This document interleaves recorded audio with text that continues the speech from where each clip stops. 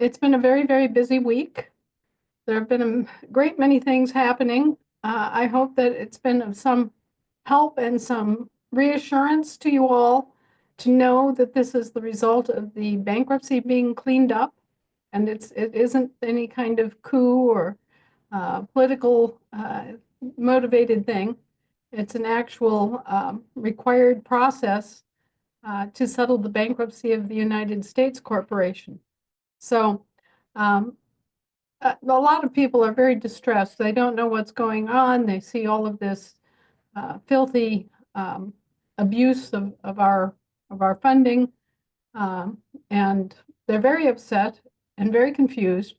But I hope that now that you are out there working in the communities, you can help allay some of that dreadful anxiety that's being promoted. And just explain to people, well, it's a bankruptcy settlement, so of course they have to go through and audit all of the departments and agencies of the entity that's going bankrupt. And so we should just look at this as that's the way things run, and that's how you do a bankruptcy settlement. And it's not something to be afraid of. It's something that can't be helped or stopped. All these people running to the federal courts thinking that these federal court judges are going to be able to interfere are mistaken, because Trump is already operating under a court order that compels him to do this.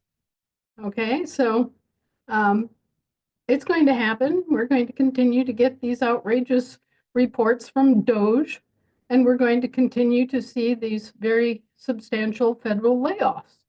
And there really isn't anything that can stop that, because the corporation that's standing in receivership, the USA Inc., the British territorial subcontractor, just got out of a bankruptcy reorganization itself. There was an attempt to bankrupt both of the remaining subcontractors. And so the USA Inc. has to pare down the federal government as we have known it by between 2/3 and a half of what it has been in the past.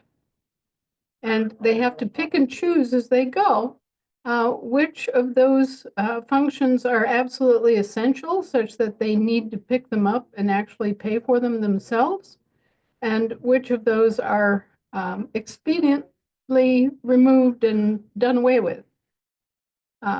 We also understand that there's been a vast proliferation of federal agencies since the 1930s. During the FDR administration, they added over 350 agencies.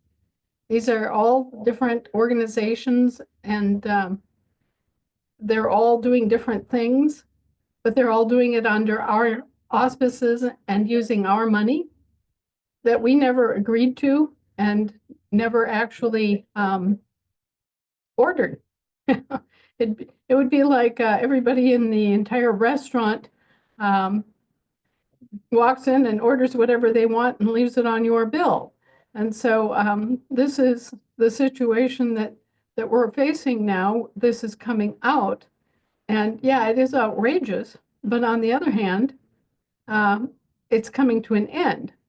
And every time that Elon Musk says, well, let's just get rid of it, that's where those decisions are being made. It's being tossed around among a relatively few people who have to look at the situation and decide, is this an essential function? If not, let's get rid of it, because they can't afford to keep doing it, number one. And if you don't need it and it's not constitutionally mandated, then why have it anyway, right? Like Department of Education. There was never any mandate for a federal role in education in this country.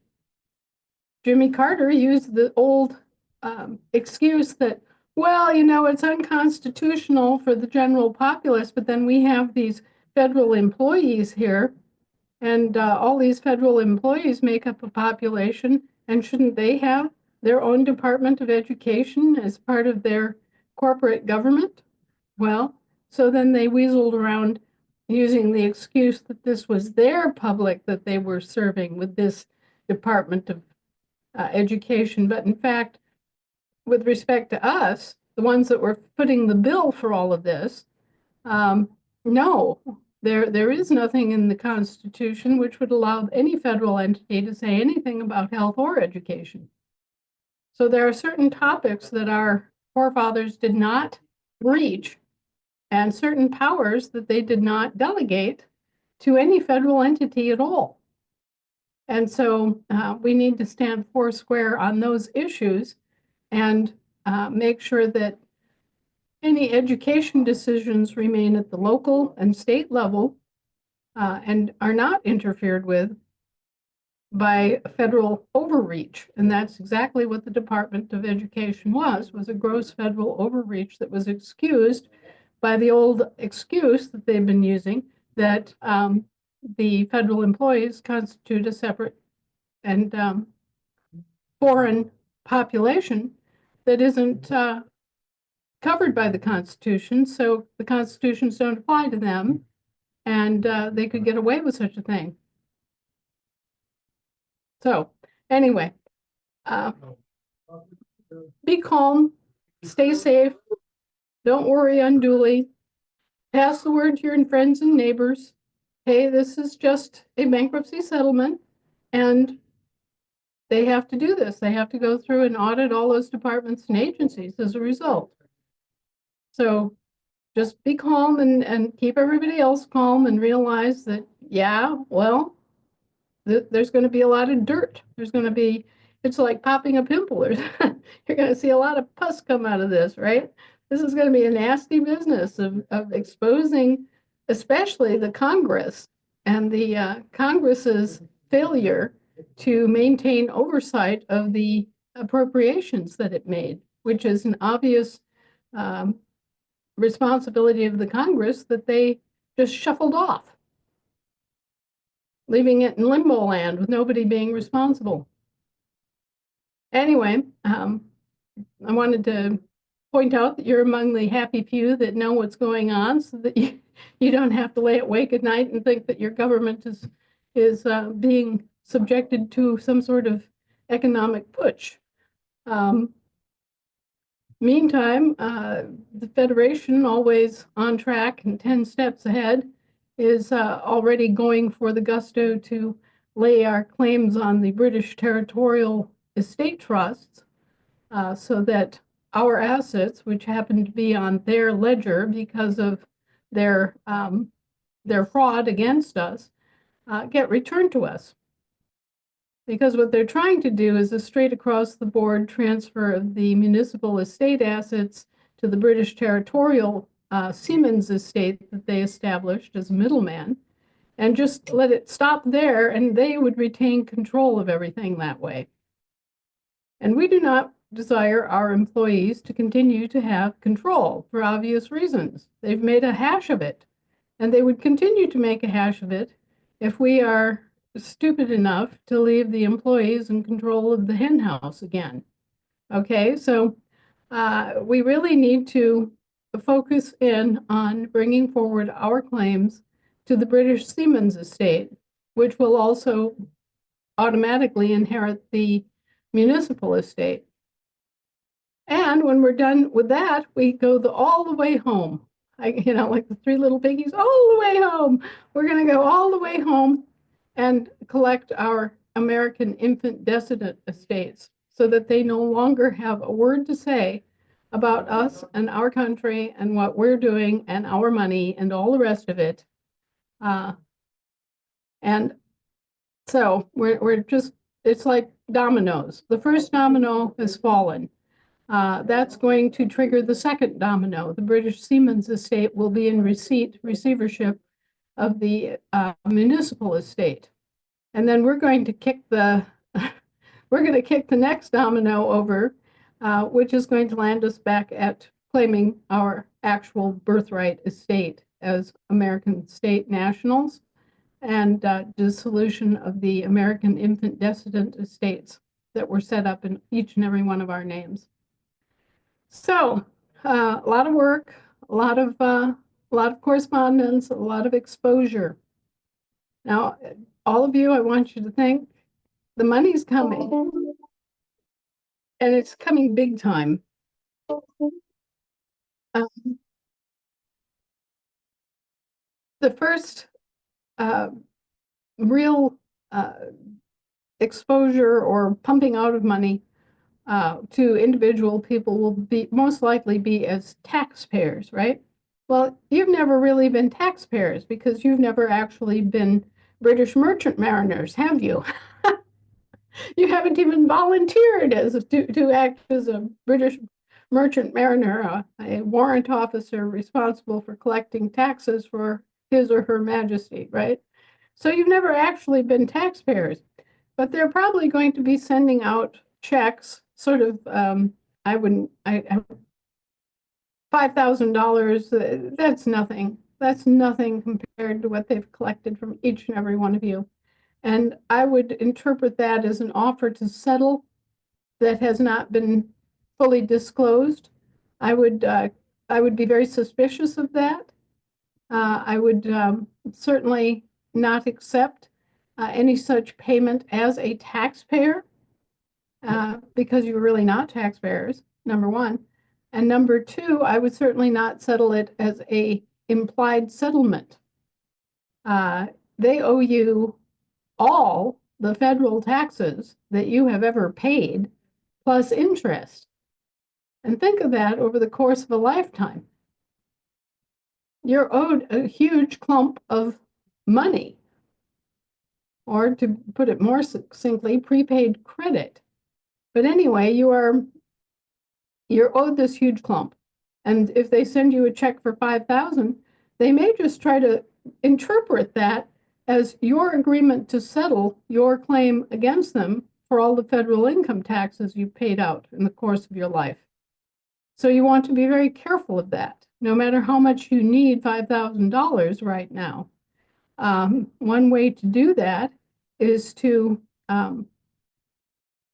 on the, when you endorse such a check, is to put a limitation on it, such as accepted in partial payment or in partial settlement, so that it's clear that this is just being accepted as a small token payment toward what's ultimately owed.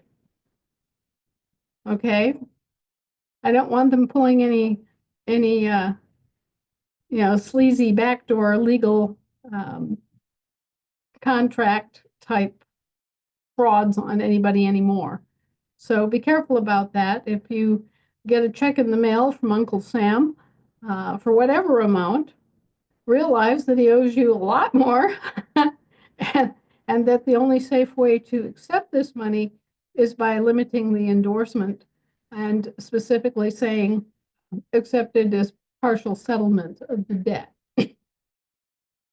That way it makes it clear that you're not settling the entire debt for $5,000, right? Okay, so there's that.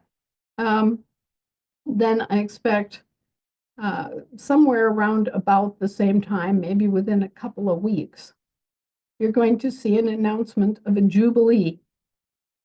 Now, this goes back to the Bible, and it goes back to the Jewish bankers. Now, very quickly, I want to give you a kind of bird's eye view of Jewish banking. The Bible has a different standard. It says that Jews can loan freely between each other, but they can't charge usury to another Jew. Okay? So if you're Jewish and you go to a Jewish banker, he has to loan you the money. If he's going to loan you it at all, he's got to loan it to you free of interest. Okay? He doesn't have that same restriction if you're a Christian. If you go to a Jew and a Jewish banker, and you want to get a loan from him, then he has the right under the terms of his own religion and his own moral and religious standard to charge you, a Christian, usury, to charge you interest on the debt. Okay? And so Then we come to the Christian side of it. Christians aren't supposed to deal in usury at all with anybody.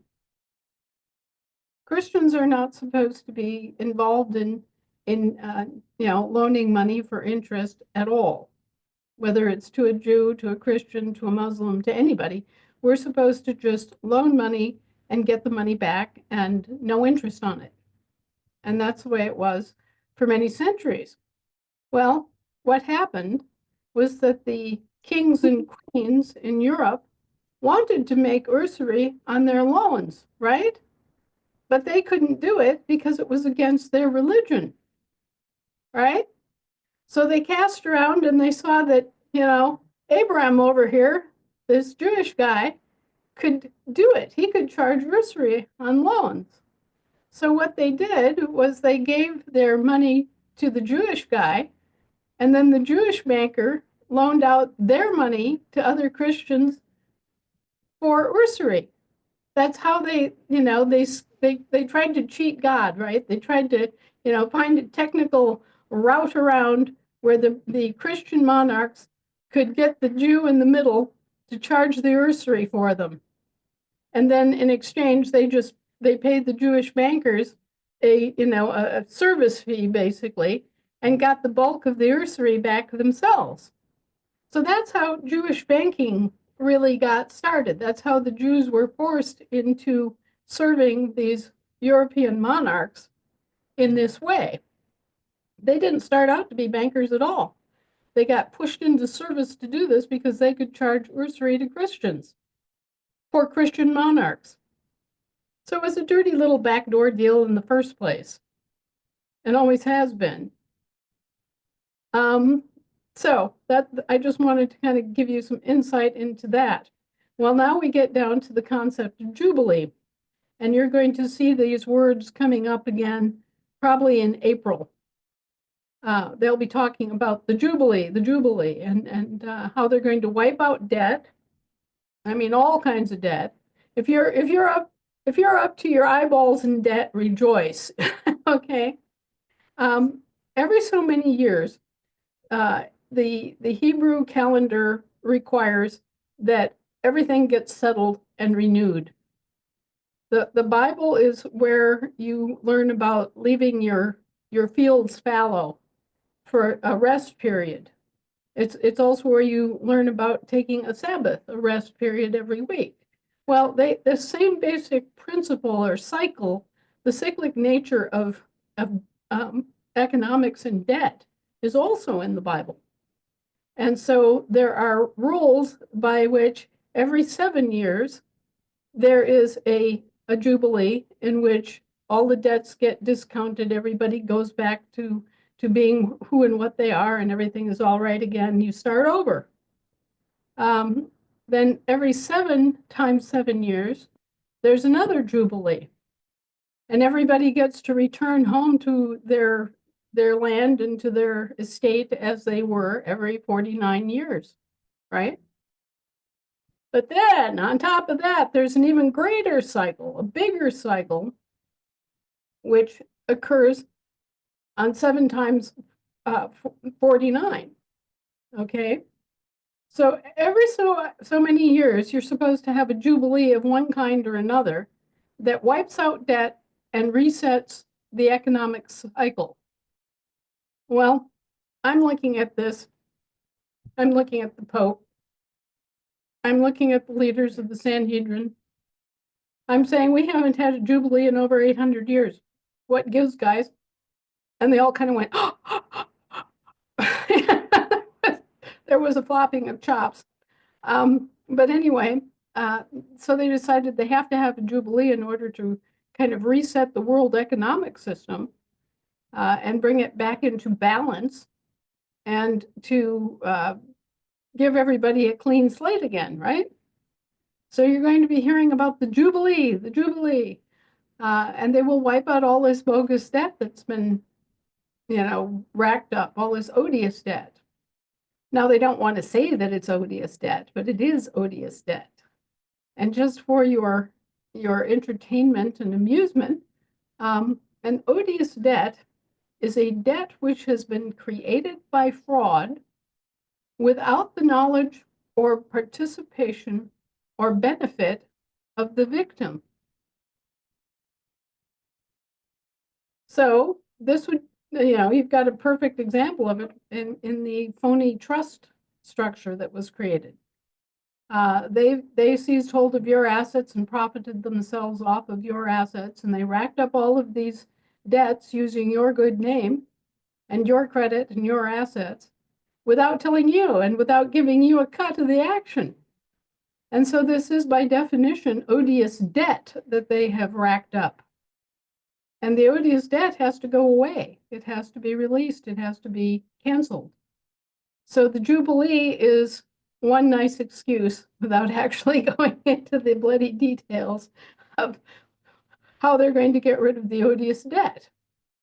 And it all plays along very nicely, and they'll come out and they'll pat themselves on the back and they'll give you some big narrative about, I don't know what, it could be anything. It could be aliens, it could be Chinese elders, it could be, some sort of a resurgence of the third temple in Jerusalem. I mean, almost any excuse will do, but the bottom line is that they're now forced to get rid of all this odious debt that they've created and accumulated. And it looks to me, from what I'm hearing and what I'm seeing, is that a giant worldwide jubilee, as required in the Bible, is what's going to be the narrative behind it, and that will probably break loose in April. So I don't know how fast Mr. Trump is going to act on getting those first payments out. He wants to get those first payments out regarding the tax restitution. He wants to get those out as soon as he can. And the reason that he wants to get those out as soon as he can is to stimulate the economy in the face of a lot of chaos and a lot of increasing unemployment from the federal public sector job losses. Okay, so he's going to want to push those checks to you. He's going to want those out the door yesterday so that you have extra money in your hands, so that you will be spending that extra money and it will buoy up the economy. So he might get really, get his tail in a knot and have those checks out to you within the next couple, 2-3 weeks. I would not be at all surprised. So look for the checks that you have to have a limited acceptance on, right? Look for the Jubilee coming up in April. Look for the debt erasure, vast erasure of debt as part of the Jubilee. The cynics among us are going and getting new loans as we speak, but anyway, look for those things in the near future, within the next 2 months. Also, look for lots more action coming from Global Family Bank. You'll be seeing some pretty amazing things announced out of Global Family over the next 2 months too. The freeing up of the AFD is another one of those things that will greatly increase your ability to continue shopping, paying your bills, doing all the things that you need and want to do. Obviously, many of you have a lot of money now in American Federation dollars that are gold backed, and you have your accounts all primed, and the exchange rates and the exchange platforms are all being solidified as we speak, so that you'll be able to exchange your AFD for any kind of other money that you may want or need to, so that you can exchange them for euros and buy things that are for sale in euros. You'll be able to buy things that are for sale in FRNs. All of that stuff will be consolidated here very shortly. And at that point, you'll be able to access in a practical way your wealth and begin, you'll be able to spend into this economy or any other economy, your accumulated wealth. So, that too will make up for the loss of federal employees and make up for the loss of all the business activity of these agencies and departments that are being gutted as we speak. You see, so this is all good. This is all toward balancing the losses with new business and new sources of income. And it's needed at this time to prevent people from having real problems. I mean, the little the petty little checks from the administration are not going to be very much, but certainly the amount of AFD that you have stockpiled away is enough for some real significant changes in many lives. I mean, many of you that I'm speaking to tonight have many millions of dollars in gold.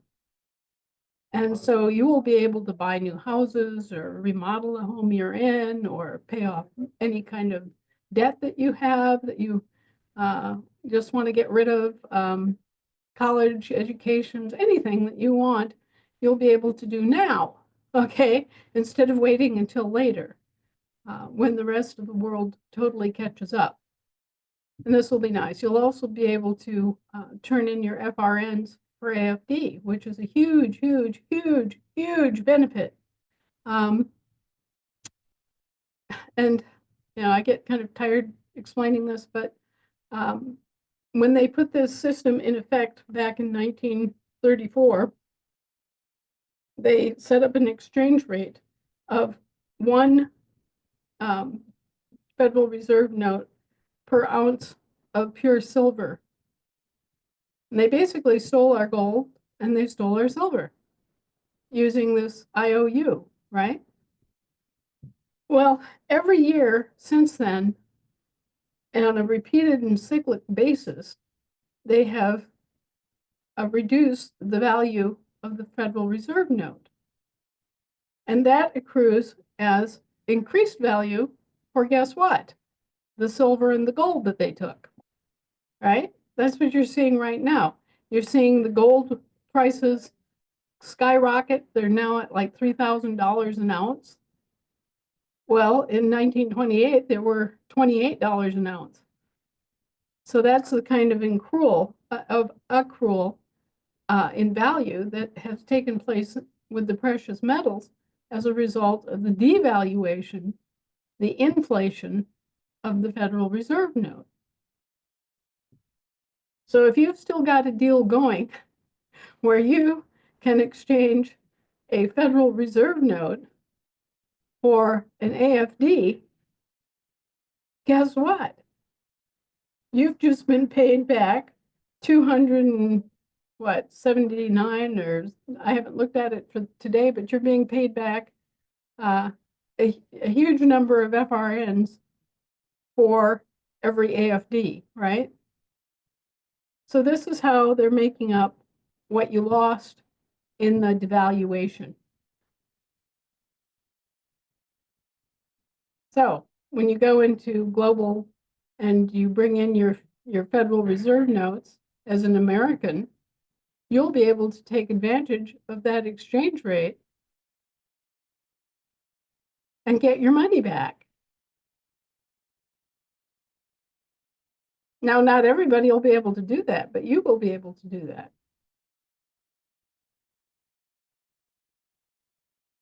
It would be just like,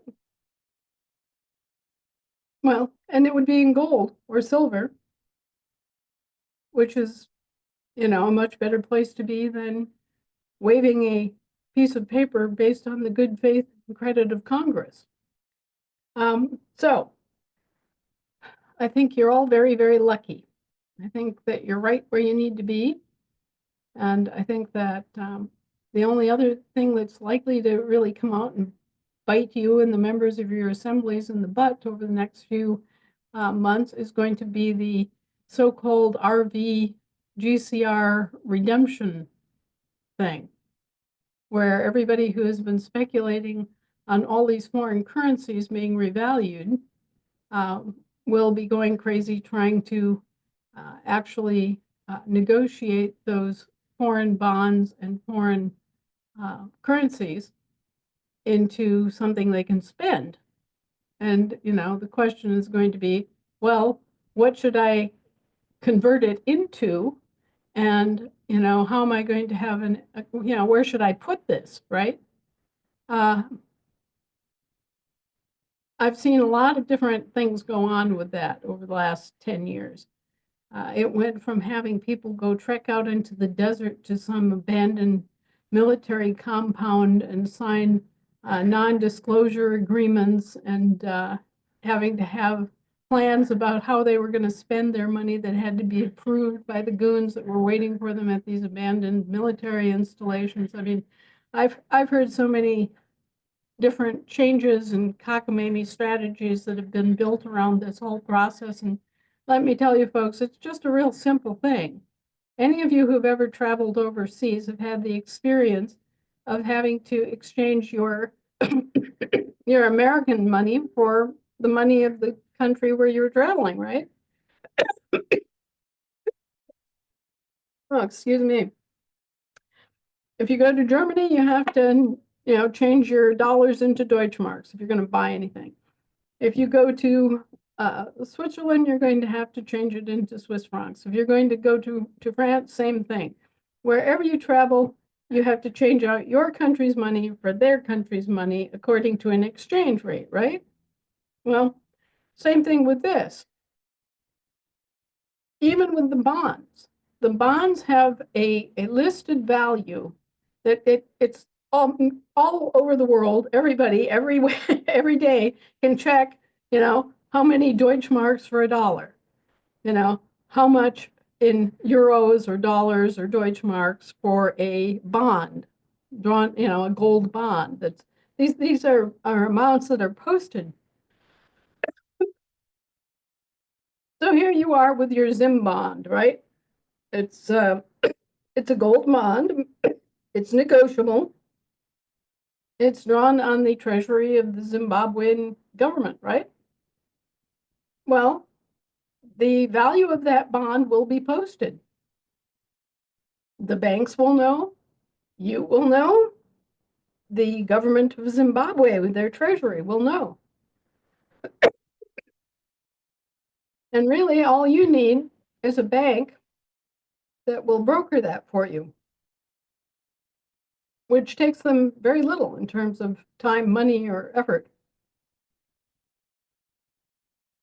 It's really no different for a bank than trading out dollars for Deutschmarks. It's, in this case, the paper is a bond, but it's a gold bond with a certain value as of a certain date. And really, all that should have to happen is for you to post that bond on a given date and receive that money, that exchange back in whatever currency you want it in. If you want it in dollars, if you want it in AFD, if you want it in, euros, whatever, British pounds, sterling. You should be able to get that exchange just as simply as that. There shouldn't be any big deal about, non-disclosure agreements. There shouldn't be any control exercised over you as to what you spend your money on, right? You earned and you purchased those Zim bonds as an investment. You were speculating on an increase in the value of the Zim bonds, okay? You were currency speculators or bond speculators. That's your money. The government doesn't have anything to say about that. And you shouldn't let them have anything to say about that. But they've had such a monopoly on financial services and on banks in this country that it seems like nobody has a choice, but you do have a choice. You don't have to go to these bond scalpers who are going to take, 80-90% for themselves and give you back 20. You can go to Global Family Bank and say, okay, I have this gold bond. We now have an international trade bank that can give you that back in your account and not take 80-90% of it. All they really need is a transaction fee out of it, a brokerage fee. So you have to think about this and be wise about how you liquidate that value of the bond. Now, I'm not saying that, I'm not making any statements about the value of the bond because nobody knows at this point exactly what that's going to be. And then too, you have to consider that since this is the value of the ZIM is based on gold, right? There are going to be other currencies in competition that are going to be based on rare earth minerals. All right. So in every country, the exchange rate will vary somewhat. It's a more complex kind of calculation that goes into these things than you might at first suspect. You might get a better deal by cashing in your bond in Spain or cashing in your bond in Germany. But you're certainly going to get a better deal overall if you just cash in your bond with a financial institution that's legitimate instead of, fooling around with, a bunch of, I call them scalpers, who are sitting out there in the desert, who know that they can negotiate the bond and they're charging you 80 or 90% of your investment just because they can negotiate it and you can't. I'm telling you now that your bank, Global Family Bank, can negotiate that for you. And they won't take 80 or 90%. And they won't make you sign any non-disclosure agreements. So, you've already got a better option.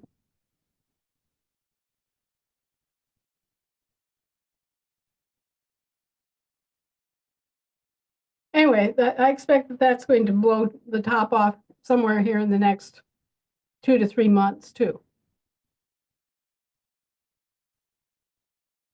Thank you, Anna. That's amazing. Thank you for presenting everything and making it very, very clear.